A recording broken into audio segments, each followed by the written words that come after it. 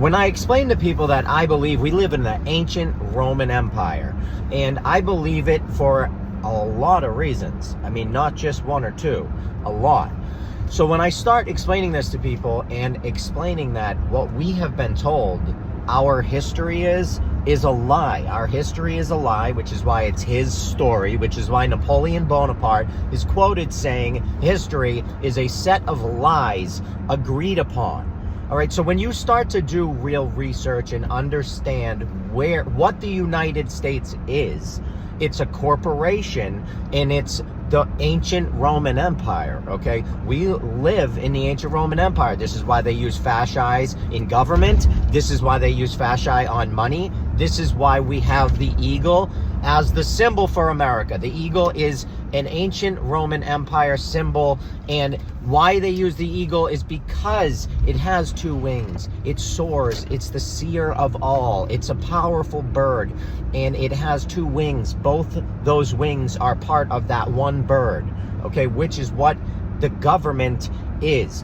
A lot of people don't understand that World War II World War I was a takeover. Okay, it was a hostile takeover, and it had to do with financing, money. Everything has to do with money, okay? And again, that's why I believe that the United States is a corporation, okay? Me and you are the reason why money has value. Most people don't know that money is not tied to anything. It's not tied to currency that has anything physical. It's not tied to gold or silver. The last country to do that was Sweden in 1999. They dumped it.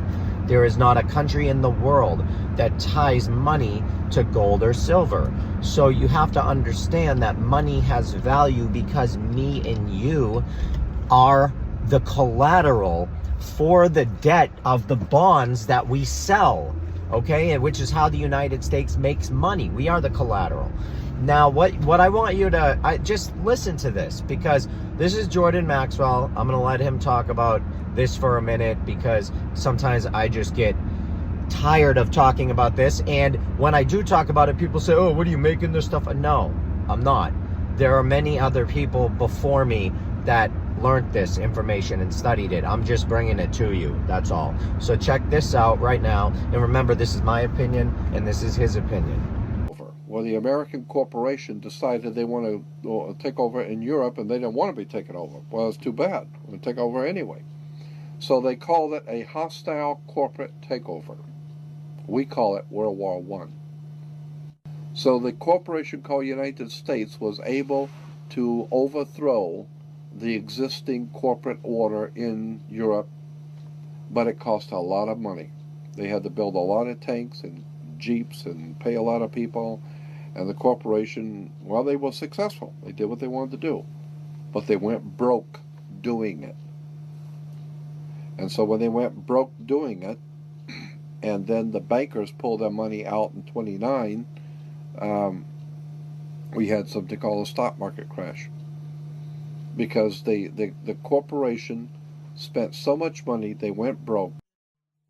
So the international banker says, well, if you're broke, what are you coming to me for? I'm not going to loan you money if you're broke. And so what do you have as collateral? You got any collateral that you could put up for me to loan you the money? And the corporation called United States, the British corporation called United States, said, yes, we have the stock. We'll give you stock in the company. You are the stock in the corporation. So they give your body to the banks in Switzerland. So your body now becomes stock for the corporation called United States, because you are a money maker. Bankers came in and said, if we're going to loan you money, you guys have lost money, you guys have gone bankrupt, we're going to take care of the accounting. We're going to see where the money goes. We'll give you the money, but we're going to make it sure it goes where we want it to go. So they set up the Federal Reserve System, and then the collection agency to make damn sure that you people pay us.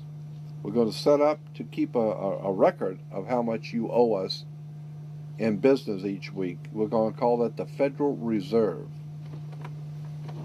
And to make sure that your stock, all the chumps out there in America working, make sure the stock pays us. We're going to make sure they pay us. You don't just tell me you're going to pay. I'm going to make sure they're going to pay.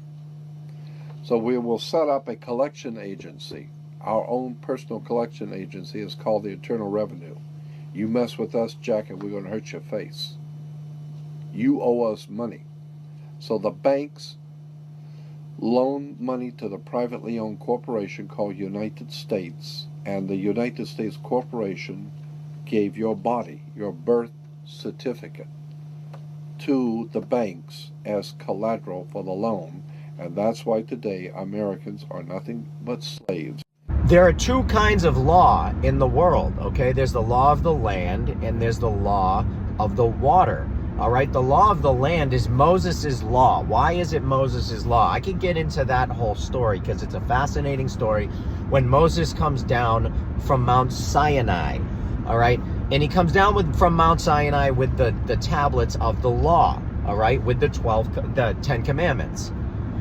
Now, when he comes down, he actually threw and smashed the 10 Commandments down. I don't know if people remember that. So Moses is considered really the first law breaker. He actually smashed the laws down on the ground and they broke. The tablet broke. Now, why he did that was because he was angry at his people for worshiping the golden calf. And that's a whole nother story I could talk about for a couple hours. The golden calf represents the sun in the age of Taurus, the bull. It's all astrology. So first thing, all these old stories are astrology. Moses, though, he is the lawbreaker and he is the first person to give the law. This is where the law of the land comes from, Moses' law. Now, the law of the water is a whole nother thing. What happened is, in the ancient days, they realized they need to set up some sort of a law on the ocean because the ocean was how everyone got around. I mean, this is how the merchants were making all their money, and there's been merchants sailing the seas for thousands of years. So the very first people to come up with this stuff, this is ancient Babylonian law, okay? Now, the first, really, what people don't realize either is that the 10 Commandments is a more ancient idea. That comes from the 42 Negative Confessions, which is Egyptian. And it all stems also from the Hammurabi Code, okay, and the law of Hammurabi. Now, those are ancient laws from the ancient Assyrian, Babylonian Hammurabi king. We still have these laws. We still have a code of ethics today that dates all the way back to the ancient Hammurabi king. I mean, there are real estate laws that this guy developed, and we're talking thousands of years ago. So we have the law of the land and the law of the water. Now, the law of the water, like I said, was for sea merchants and people doing business on the ocean.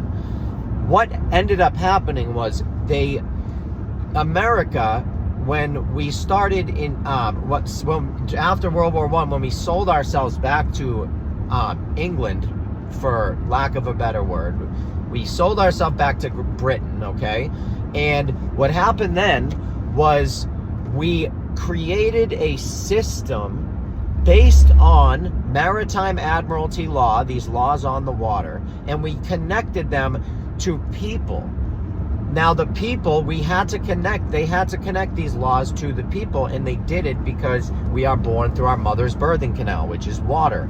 We are a maritime admiralty product. We come out of the womb, out of the water. This is why when a ship sets at port, it's called birthing a ship.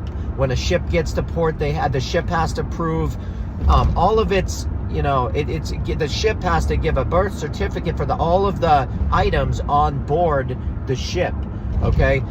And it's such a similar idea if you think about it. I mean, why are all these words tied to water? What am I talking about? Currency. What is currency? That's money. Where is a current? Current is in water or a river. What is a bank? Where do you find a bank? You find that on the sides of a river. When you walk through a courtroom, that little gate that you walk through, once you enter the room into the judge's area, into the arena, that that gate is called a water gate. Why is it called a water gate? Because when you get in there, they start poking holes in your story. You're going to get arrested. You're going to get put in jail. And you're going to have to pay bail. Why is it bail? Bail is a nautical term when you have to bail out a boat. Well, if you are paying bail and you don't have any money, you might have to put your house up for sale. Why is your house sailing? Wait a minute. Why is it sailing? That's a nautical term. Why are all of these terms connected to nautical ideas, connected to human beings, and connected to banking law in America and around the world? Why is that? It's not because it's cute and they thought it was fun to make words like that. That's not why. It has nothing to do with that. It's because it's all connected. And we are the product. Okay? When we work our whole lives and pay taxes, they assume we're going to give back the government X amount of money. Each one of us is worth X amount of dollars. Bang. Done. Simple. Okay? So when you start to learn how money works, what money is, and you start to understand the massive amounts of manipulation in that all of these celebrities, these stars, these movie stars, these athletes, they are paid highly, so much more than what average people are never going to make what they make in a week, some of these people. And they get paid to deceive us into purchasing things we definitely don't need, into thinking about things that are nothing but a waste of time, into driving our mind down these ideas that are just totally fake. That's what they get paid highly to do this. And 90% of the people just suck it up and just eat it all up, and they have no idea that they are being manipulated, that they are being sold, that they are the product. Why? You have targeted advertisements coming at you 24 hours a day. What you have to understand is that those are not products. You are the product. Your information has been sold to the highest bidder, telling them what you like, when you do it, what you want to eat, what you want to wear, when you wear what you wear, where do you go out, what is your favorite place to do, what time do you go out, how do you drive there, do you Uber there, do you Lyft there, do you have your own car? If you have your own car, what kind of car is it? Because cars need things. Certain cars need certain stuff. Everything about you. There's a little avatar somewhere that is you. It's a replication of you. And that avatar is in a corporation's back pocket right now. And that corporation, all they have to do is open up their back pocket and look and say, ooh, Andy likes chocolate ice cream. Ooh, awesome, cool. I'm gonna start sending him chocolate ice cream. Bang, bang, I get hit with so much chocolate ice cream bullshit. Next thing you know, I'm buying ice cream makers and chocolate ice cream recipe things and all sorts of things for chocolate ice cream and Ghirardelli chocolate and all the best I can find. That's what I'm going to be doing.